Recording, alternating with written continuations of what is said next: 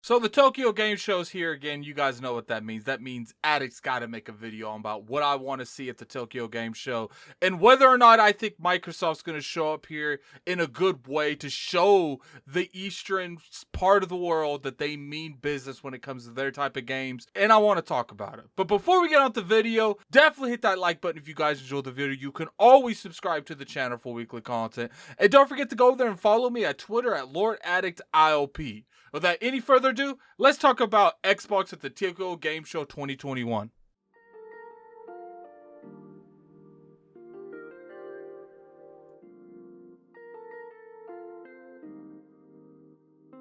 What's going on, you guys? Gaming out here coming at you with another video. Today we're going to be talking about TGS Tokyo Game Show. It's about to come up here. We're a couple days away from it. This is pretty much the E3 equivalent over there in Japan, where a lot of the studios and publishers in that section of the world go when they show exactly what's playing next. Now, obviously, because of events like E3, you don't really see a whole lot of newer, titles, because you see a lot of those type of games at E3, especially debuting at E3. But we do get a lot of surprises at TGS, and I think that, every year we do get some gems at this event. The good thing about it, and probably the reason you're watching this video, is Xbox is confirmed to have a keynote there. They're going to have some form of conference or some form of video, probably more like a direct, kind of like what Nintendo does.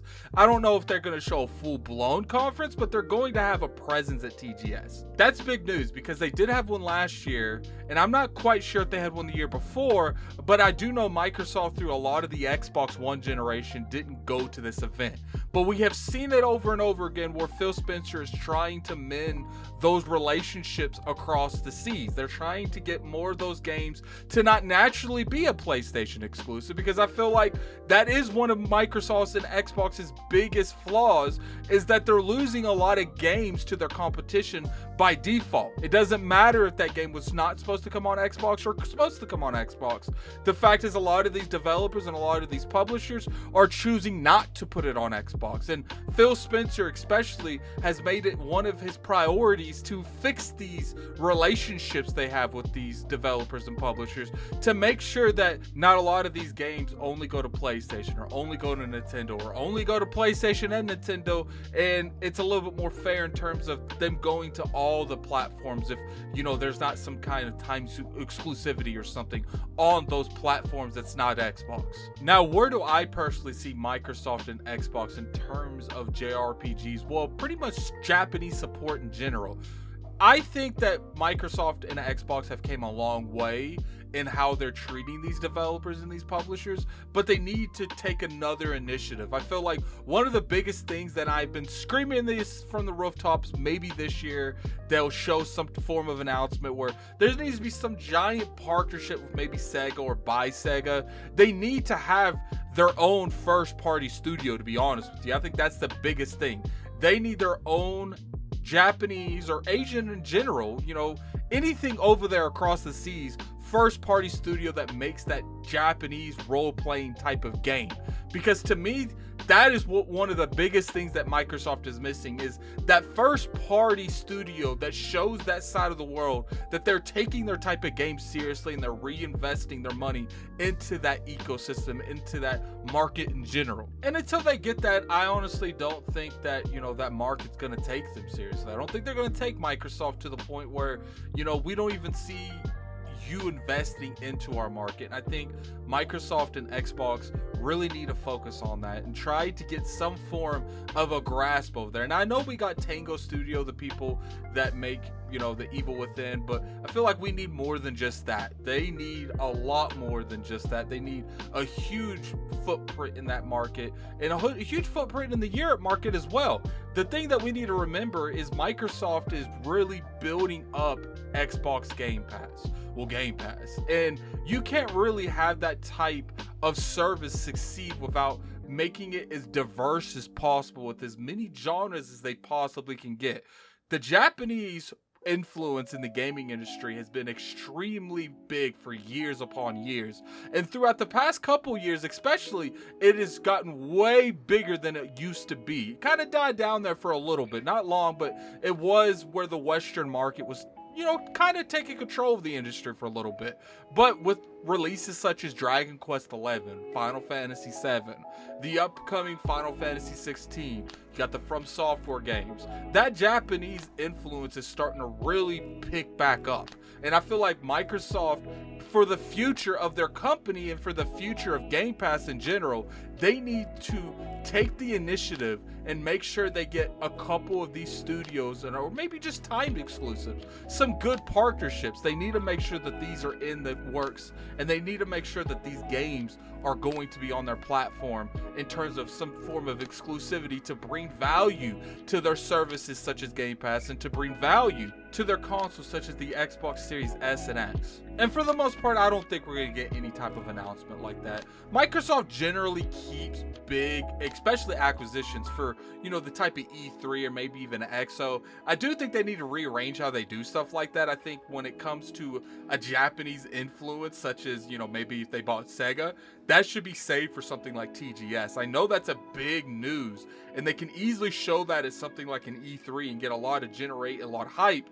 But to me, when it comes to that type of announcement, it's going to really appeal to the market that you want that to appeal to. Is that going to appeal to a lot of Western market consumers? Of course, but I think that's going to appeal more to, you know, a lot of the Eastern continents on the world, more than it would appeal to us in the States, etc., etc. And I think Microsoft really needs to work on that as well. When they get these type of announcements, they need to make sure that they show them in better audiences and not just necessarily all at E3. But in terms of that, that's up to Microsoft. Who am I to tell a multi-trillion-dollar company how to run and announce certain news?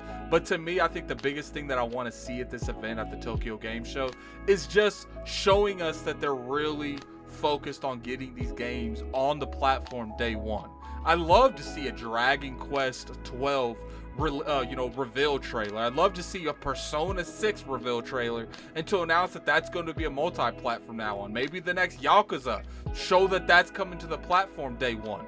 I think that's the biggest thing that we really need to see as Xbox consumers, that not only are you going to go pursue and get these Final Fantasy games and get these Dragon Quest games and get these Yakuza games, you're going to make sure that not only will they be, the past iterations are coming to the platform, or if they haven't already come to the platform, that the future installments of these franchises will be there day one, and you don't have to wait there for a couple years to play them. I get it. It's awesome when they come out a couple years later and they're in Game Pass day and date, but you know what's better than a couple years later and comes it on Game Pass? Let me play those games day and date. I get it. There's a lot of people out there that can easily wait for these type of titles, but there's a huge demographic of people that love these type of games. They're not wanting to wait for the Final Fantasy VII remakes to come to the Xbox platform. They're not wanting to wait to the next installments of Dragon Quest to come to the platform. They're not wanting to wait for Persona to finally even hit Xbox. Microsoft, you got to do better to show the consumers that you're going to make sure that we don't have to wait years to play these games. Obviously, we haven't seen what they're doing. Hopefully at the Tokyo Game Show, they will show some of these games, and maybe show Persona 5 coming to Game Pass day and date with the Persona 6 reveal trailer. And it could be cool if it's a timed exclusive. That would be really interesting as well. I don't know exactly how that would go, but that's just some things that opinions that I have. In terms of the Tokyo Game Show, my expectations, I feel like there will be some form of announcements on games coming day and date to Game Pass. And I think there will also be announcements showing that these next iterations, next installments of these games are going to be coming to the platform day and date. Maybe we will see a Persona 6. It's been a while since we've seen an actual Persona announcement that wasn't Royale, because to me that was probably made by a way smaller team than the actual majority of Atlas making Persona 6. Maybe enough time has went by where they can actually show the consumer base what Persona 6's reveal trailer is going to look like. We might see gameplay, we might not see gameplay. Usually takes a couple years for these type of games to be made, but I think the biggest thing that Microsoft needs to focus on is just showing commitment to, we are going to make sure these games at least come to the platform day and date, and they're not just default exclusives to the PlayStation or Nintendo. And I think that we will see a little bit more of that going into the Tokyo Game Show of 2021 with Microsoft. When it comes to studios, studios, maybe Microsoft will announce that they bought some kind of Japanese studio besides Tango.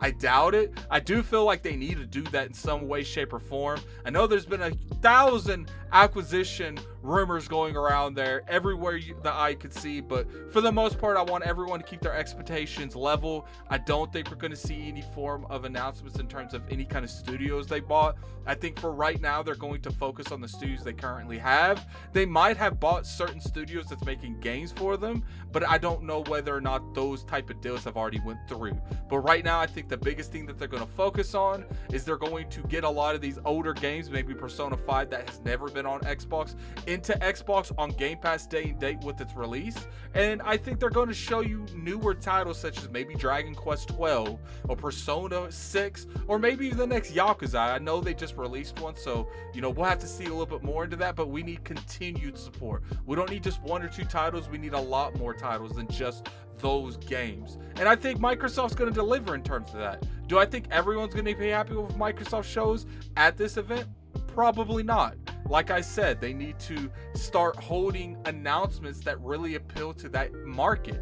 And I think until they do that, that market's not going to be 100% satisfied with what Microsoft does. And on top of that, like I said, they need to buy some kind of studios over there to show them that they're investing into that market, into that, economy in general. What people love when people invest into their city, into their hometown. And I think Microsoft needs to look a little bit more into that. But anyway, that's all for the video, man. That's all for what I think Tokyo Game Show is going to be this year. I'm going to be watching that. I'll probably do some type of review on terms of what they showed. But anyway, until next time, this is Gaming Addict. I'm out of here. Peace.